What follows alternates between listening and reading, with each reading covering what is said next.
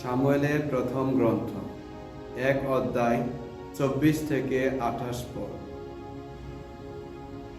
দুধ খাওয়ানো বন্ধ হওয়ার পর আন্না সামুয়েলকে সঙ্গে করে নিয়ে চললেন শিলো নগরে ভগবানের আবাসে। তিনি সঙ্গে নিলেন 3 বছর বয়সের একটি বৃষ, 1 এফা ময়দা আর সুরায় ভরা একটি চামড়ার পাত্র। ছেলেটির বয়স তখনও খুবই কম ছিল। বৃষ্টি বলি দেওয়ার পর সামুয়েলের বাপ মা পুত্রকে যাজক এলির কাছে নিয়ে গেলেন।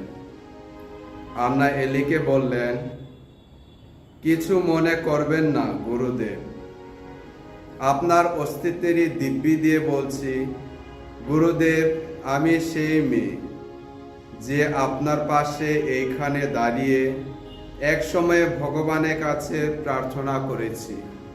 সেদিন আমি এই ছেলেকে পাবার জন্যই তো প্রার্থনা করেছিলাম।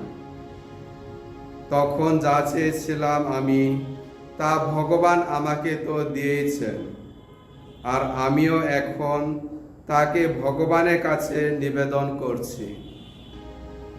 সে তো জন্ম থেকে আজীবন ভগবানের কাছে নিবেদিতই হয়ে রইল।